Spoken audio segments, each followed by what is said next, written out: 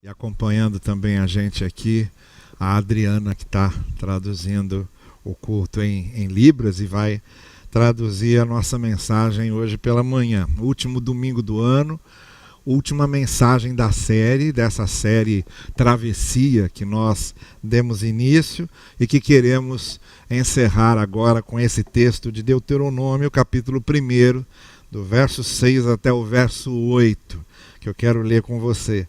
O Senhor, o nosso Deus, disse-nos em Horebe: vocês já ficaram bastante tempo nesta montanha. Levantem acampamento e avancem para a serra dos amorreus. Vão a todos os povos vizinhos na Arabá, nas montanhas, na Cefelá, no Neguebe e ao longo do litoral, à terra dos cananeus e ao Líbano, até o grande rio, o Eufrates. Ponho esta terra diante de vocês. Entrem e tomem posse da terra que o Senhor prometeu sob juramento dar aos seus antepassados, Abraão, Isaque e Jacó, e aos seus descendentes. É nessa figura exatamente da transição de um ano para outro, quando nós estamos passando de 2020 para 2021, que essa imagem da travessia se torna ainda mais vívida, ainda mais clamante, ainda mais expressa diante de nós, porque travessia é essencialmente isso, partir de um ponto para outro. Esses marcos que nós costumamos fazer das datas, das efemérides, das comemorações, a gente sabe que os nossos calendários são muito culturais, muito nossos, muito íntimos, são datas para a gente. As datas em si não mudam nada no universo, as datas em si não definem nada em termos de acontecimentos da vida. Os acontecimentos da vida não costumam respeitar as nossas datas, não é? Se os acontecimentos da vida respeitassem as nossas datas, ninguém ficava doente no Natal, ninguém morria no Ano Novo, ninguém tinha de enfrentar um problemão inesperado, surpreendente, na semana do seu aniversário. E as nossas agendas, elas são normalmente, frequentemente, invadidas pelos acontecimentos da vida, justamente porque a vida desconhece as nossas datas, a vida desconhece as nossas agendas, a vida, na sua dinâmica, os acontecimentos da vida, na sua dinamicidade, normalmente não respeitam aquelas efemérides, aqueles eventos que nossa agenda prevê. Mas é importante que a gente tenha esses marcos, porque para nós é importante contarmos esse tempo, para nós é importante termos as nossas celebrações, as nossas comemorações culturais, sociais, ou mesmo individuais e familiares. Para a gente faz bem. E nos dá muito mais claramente, quando nós estabelecemos esses marcos, estabelecemos essas datas, como é que o tempo está passando. A gente só tem a noção de como o tempo passa quando a gente vai vendo no calendário como esses dias foram se cumprindo, como esses meses transcorreram e, no caso agora, como os anos e as décadas se foram também transformando e mudando. Então estamos naquele momento mais típico, mais significativo, mais simbólico de toda a travessia, que é passar de um ano para outro, que é passar de 2020 para 2021, que era exatamente o que estava acontecendo aqui, em termos gerais, com o povo nesse texto que lemos. Eles estavam exatamente na travessia entre chegar na terra prometida, na terra que já havia sido prometida lá desde Abraão, depois de quase 40 anos no deserto, peregrinando no deserto, a travessia, a grande travessia que eles fariam agora, depois de todas as anteriores, a travessia da saída do Egito para o deserto, a travessia de uma geração para outra, porque 40 anos foi tempo suficiente para uma geração ficar lá nas areias do deserto, e uma geração nova está chegando à terra prometida. Houve uma geração que saiu do Egito e ficou no deserto. E uma outra geração que nascera no deserto estava entrando na terra que eles nem conheciam direito a promessa, a não ser pelo que os seus pais e seus avós lhes contavam. Então estava aqui o momento mais simbólico dessa travessia, que era finalmente a posse da nova terra, o estabelecimento do povo de Deus como nação independente, com sua própria lei, com seu próprio território. E é disso que esse texto está falando. Estavam chegando à culminância, ao desfecho de uma série de travessias que foram necessárias anteriormente. A gente passou, nesse ano de 2020, por vários tipos de travessia, não é? Algumas pessoas tiveram perdas de gente, e perdas de coisas, perda de sonhos, perda de planejamentos, perda de empreendimentos, e perda muito especialmente de gente querida que se foi. Então foi uma travessia que tiveram de fazer, a readaptação da sua vida para agora continuarem vivendo sem essa pessoa, com aquele sonho não realizado, com aquele empreendimento que não deu certo. Essa experiência de ter de se adaptar a uma nova situação, a um novo contexto, foi uma das travessias que tivemos esse ano. As nossas adaptações, não é? A novas formas de comunicação, a nossa adaptação a novas formas de defesa, de autoproteção e de proteção do outro. A gente foi aprendendo e a gente foi se adaptando. Você quer uma travessia mais significativa do que essas travessias que tivemos ao longo desse último ano? A vida das pessoas, de uma grande parte das pessoas, mudou substancialmente, muito mais esse ano do que na última década. Esse ano mudou mais radicalmente a vida de muitas pessoas do que os 10 anos passados. Então, se houve um ano em que tivemos de lidar com a travessia, com as suas decorrências e com as suas consequências, foi esse ano de 2020. Só que não para. A gente não para, o tempo continua correndo e novas travessias vão se aproximando. E é exatamente o que a gente leu aqui. Passaram por várias travessias, por várias adaptações. Imagina as adaptações que eles tiveram de fazer naquele deserto. E depois as adaptações que eles agora teriam de fazer na nova terra. Então eram desafios constantes, permanentes. Mas aqui algumas coisas que eu gostaria de realçar e que são importantes a gente refletir nesses períodos da travessia. A primeira é o seguinte: eu gosto muito dessa expressão quando Deus diz a Moisés e ao povo: vocês já ficaram bastante tempo nessa montanha. Estava se referindo ao Horebe, que alguns acreditam ser o mesmo Monte Sinai com outro nome. Vocês sabem que nós temos pelo menos 4 fontes de registros nesses 5 primeiros livros da Bíblia, que é chamado de Pentateuco. Não é? O que aconteceu foi que esses textos, de 4 origens pelo menos, foram sendo reunidos e compostos ao longo do tempo, muito especialmente depois que o povo voltou do cativeiro babilônico. No pós-exílio babilônico é que esses livros que nós temos hoje no Antigo Testamento foram, de uma maneira mais definida, organizados. Então houve uma compilação muito expressiva dos escribas, dos mestres judaicos, nessa volta do cativeiro babilônico. Então todos esses textos do Antigo Testamento foram compilados e começaram a ser organizados mais especialmente nessa época. E esses 5 livros, que nós chamamos de Pentateuco, que vai de Gênesis até esse último, Deuteronômio, vieram de pelo menos 4 fontes. E cada uma dessas fontes usava termos diferentes. Então você encontra, por exemplo, logo no Gênesis, um primeiro relato de criação, que vai até o versículo 4 do capítulo 2, que é um relato, que é o relato que chama Deus de Elohim.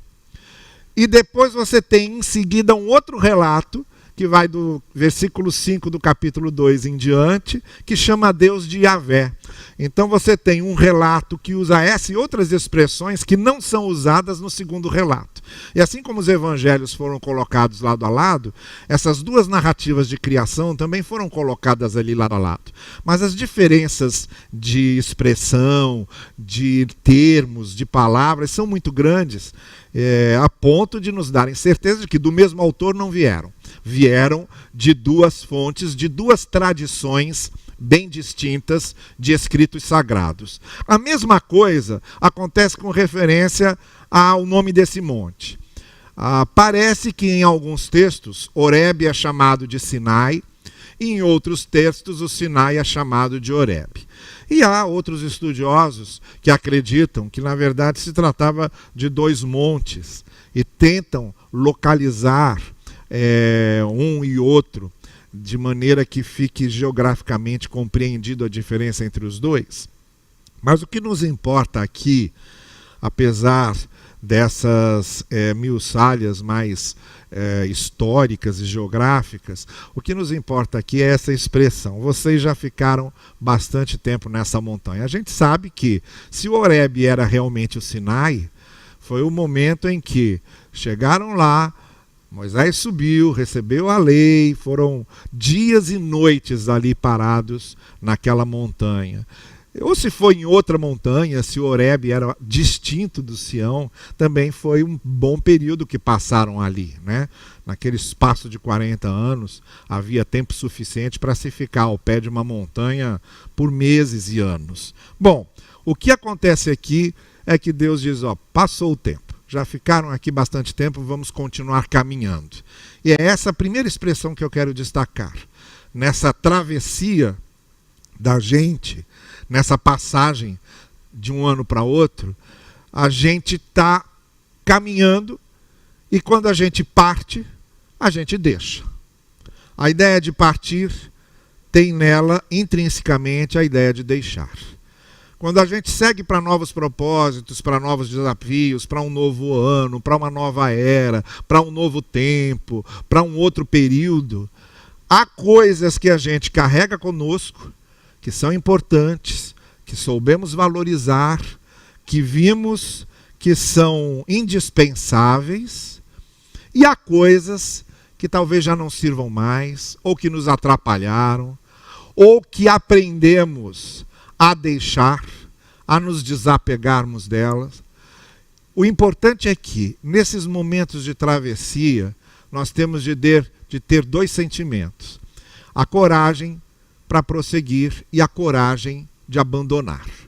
A coragem de escrever uma página nova e a coragem de virar a página. É a mesma coragem. Uma pessoa, às vezes, está tão presa a coisas que ela precisa abandonar, que ela precisa deixar, que já não servem mais, que não respondem mais, que não correspondem mais àquilo para o qual ela está caminhando, que ela precisa romper com aquilo. Ela precisa deixar. Já não serve. Precisa ser superado. A página precisa ser virada. Precisa ser vencido e talvez até esquecido. É a mesma coragem que ela precisa ter para aceitar desafios novos. A coragem que nós precisamos ter de romper com aquilo que não se encaixa mais, que não serve mais. Os tempos mudaram, os desafios são outros. Quantas coisas. Nesse ano de 2020, essa pandemia nos mostrou que já não servem mais e que já não se adaptam às novas exigências, às novas requisições do novo tempo que se alinhava, que se revela, que está sendo colocado diante de nós. Então essas palavras que Deus diz ao povo, olha, já ficaram aí tempo bastante. É hora de partir. É claro que nesse momento, algumas coisas indispensáveis, essenciais, são levadas conosco e outras são deixadas. Então a primeira coisa que a gente precisa aí, nesse momento de travessia, é de sabedoria, de lucidez, de bom senso, para não carregar aquilo que só vai fazer peso, aquilo que não serve mais, querer encaixar peças em receptáculos, como naquele brinquedo de encaixe que as crianças normalmente ganham quando estão na fase de aprender o que é um quadrado, o que é um triângulo, o que é um retângulo, o que é um círculo, e vão encaixando aquelas peças. E se a criança quer encaixar um quadrado no círculo, ela vê que tem alguma coisa errada e ela precisa procurar um círculo que se encaixe naquele receptáculo do círculo. Da mesma forma, nós precisamos ter essa lucidez, essa consciência de vermos coisas que não se encaixam mais. E encaixar, e usar, e levar conosco aquilo que corresponda, aquilo que se encaixe às novas exigências, aos novos tempos, às novas requisições. Já ficaram tempo demais nessa montanha, agora é tempo de partir. E nessa hora, há coisas que a gente leva, há coisas que a gente deixa, há coisas que a gente precisa ter coragem de levar conosco, há coisas que a gente precisa ter coragem de deixar. A segunda coisa que eu vejo nesse texto é essa expressão de Deus, esse roteiro de Deus, quase esse mapa mental que Deus abre diante do povo e começa a descrever as diversas regiões das quais eles vão se apossar. Então ele descreve a serra, ele descreve o deserto do Negueb, ele descreve as montanhas, ele descreve o litoral, ele descreve os rios. Dependendo da região em que você estivesse, em que eles estivessem, eles deveriam se apossar daquela região de um determinado modo, de uma determinada maneira. E é interessante como Deus abre esse mapa mental diante deles, mostrando que a terra que eles estavam passando a possuir era uma terra vária. Era uma terra diversificada, era uma terra plural. Deus estava dizendo, olha, essa terra não tem só montanhas, ela tem desertos também. Ou essa terra não tem só desertos, ela tem litoral também. E essa terra não tem só litoral, ela tem vales. E essa terra não tem só vales, ela tem rios. Aí Deus mostra para eles como que as terras das quais eles iam tomar posse eram variadas, eram diversificadas. E isso é importante também nós aprendermos nessa nossa jornada de travessia. A gente não lida com um mundo singular. A gente não lida com um mundo unificado. A gente não lida com uma realidade como talvez, para nossa própria comodidade, nós gostaríamos que fosse. É interessante que quanto mais nós vamos envelhecendo, que a palavra é essa, ela é desagradável, mas é essa. Quanto mais nós vamos envelhecendo, a nossa tendência é querermos moldar a realidade, o mundo, aquilo que nós aprendemos, as nossas categorias mentais. É por isso que há tanto choque. É por isso que há tanta dificuldade de adaptação, porque a gente fica preso a um modelo que muitas vezes já não é mais modelo, já não faz parte mais da realidade, porque a vida, a realidade, ela é diversificada. A gente vai vendo coisas novas acontecerem, a gente vai vendo coisas múltiplas diante de nós. Não são só opções únicas, são várias opções que a gente tem que escolher entre elas. A vida tem essa dinamicidade, a vida tem esse realismo que é muito incômodo para a gente. Eu tenho pensado que a gente morre porque o nosso mundo morre, sabe?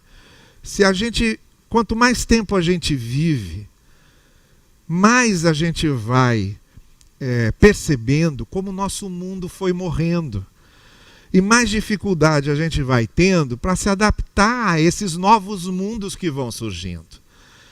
Eu me lembro quando nós estávamos nos preparando para o culto de 90 anos do pastor Davi Malta aqui.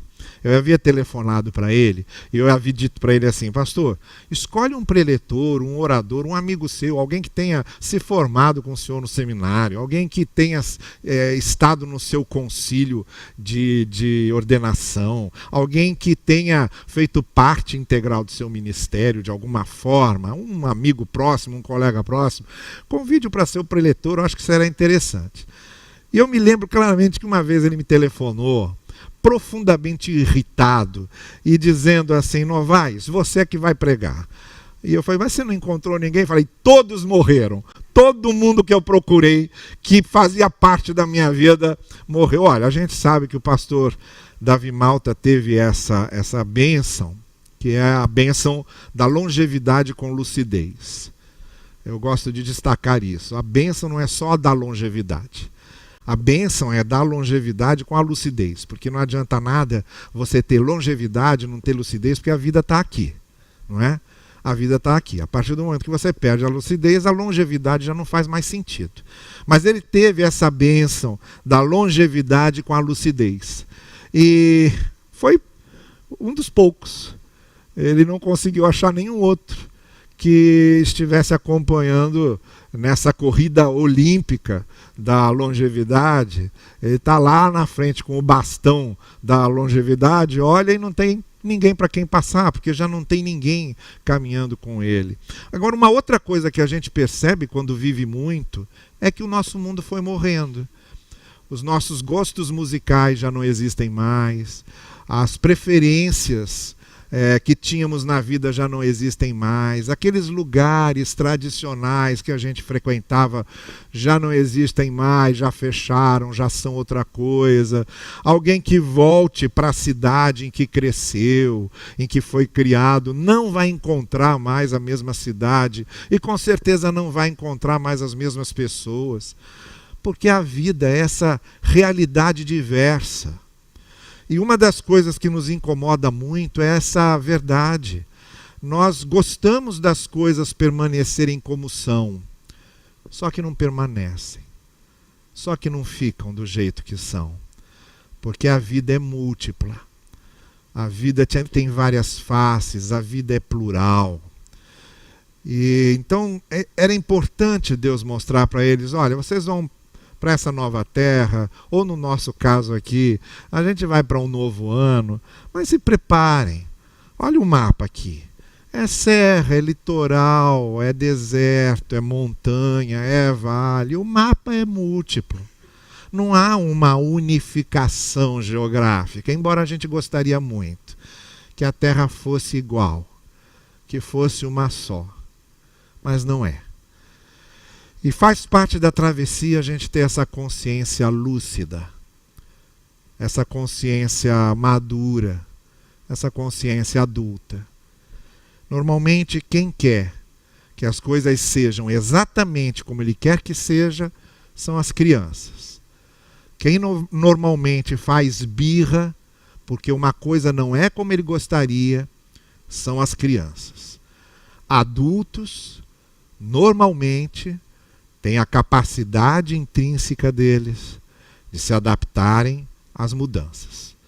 Então, se você olha para esse mapa e tem dificuldade de lidar com a multiplicidade desse mapa, é porque talvez você seja mais criança do que o adulto que você pensa que é. Então, sejamos maduros para que passemos para essa terra, sabendo que essa terra tem muitas diferenças, muita variedade, muito pluralismo, tá bem? Uma terceira coisa que eu vejo nesse texto está aqui nessa palavra de Deus: entrem e tomem posse da terra que o Senhor prometeu. Essa é uma terceira coisa que a gente aprende nessa travessia. O Senhor já fez a parte dele, sabe? Ele prometeu, ele cumpriu a sua promessa.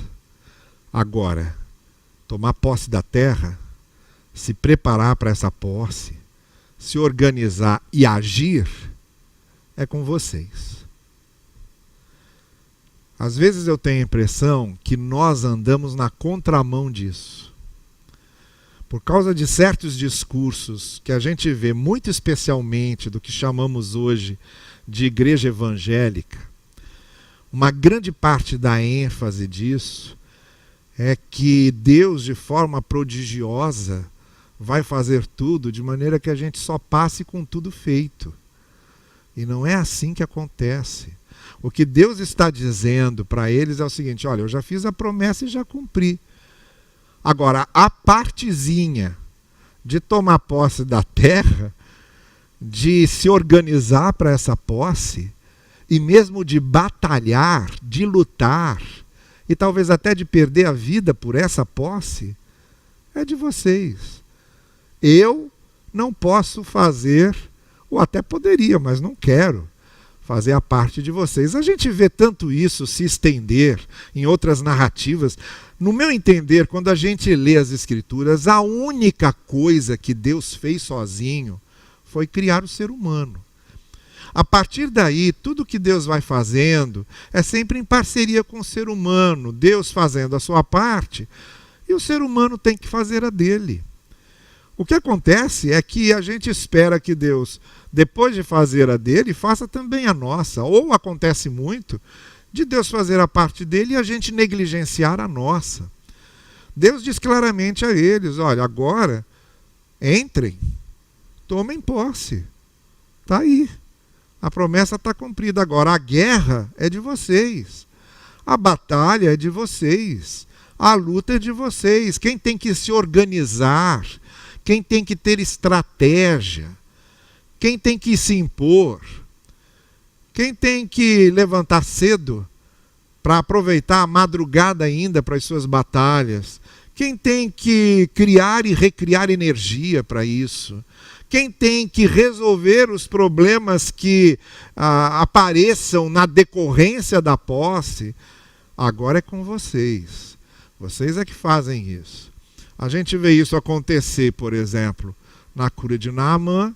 Mergulha lá 7 vezes. Mergulhe 7 vezes. Você quer vida fácil? Não, vai lá e mergulha 7 vezes.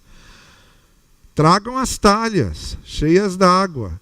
Vocês querem vinho? Então encham as talhas e tragam as talhas cheias d'água. A gente vê repetidas vezes a ação de Deus em parceria com a ação humana. Há sim uma parte nessa travessia que compete a nós.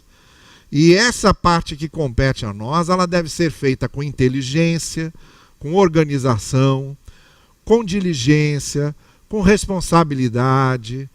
Ela deve ser feita com dedicação, senão a coisa não vai. Ela deve ser feita com sacrifício, ela deve ser feita com esforço, ela deve ser feita com riscos.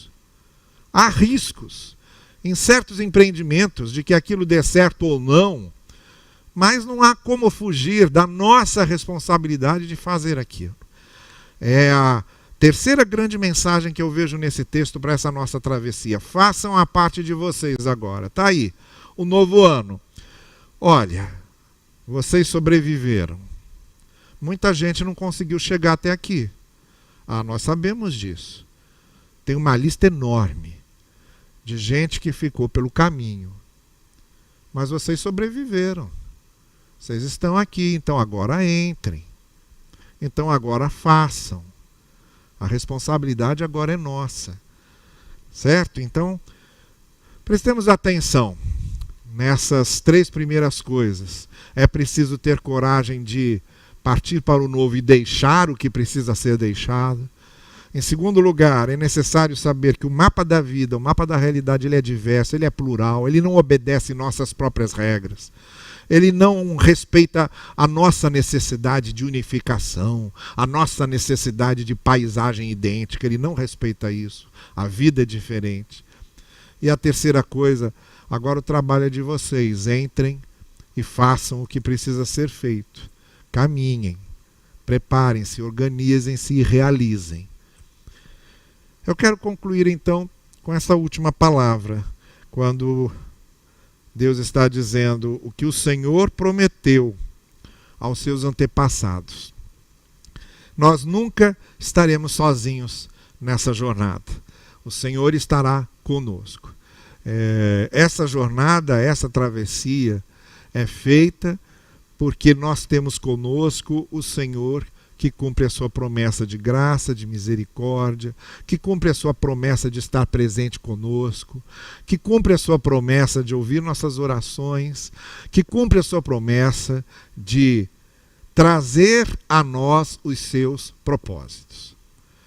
Apesar de todas as lutas, de todas as contrariedades, de todas as adversidades e de todas as coisas que fogem ao nosso controle, Deus continua tendo os mesmos propósitos e os seus propósitos Ele continua colocando em prática. Essa promessa será sempre cumprida.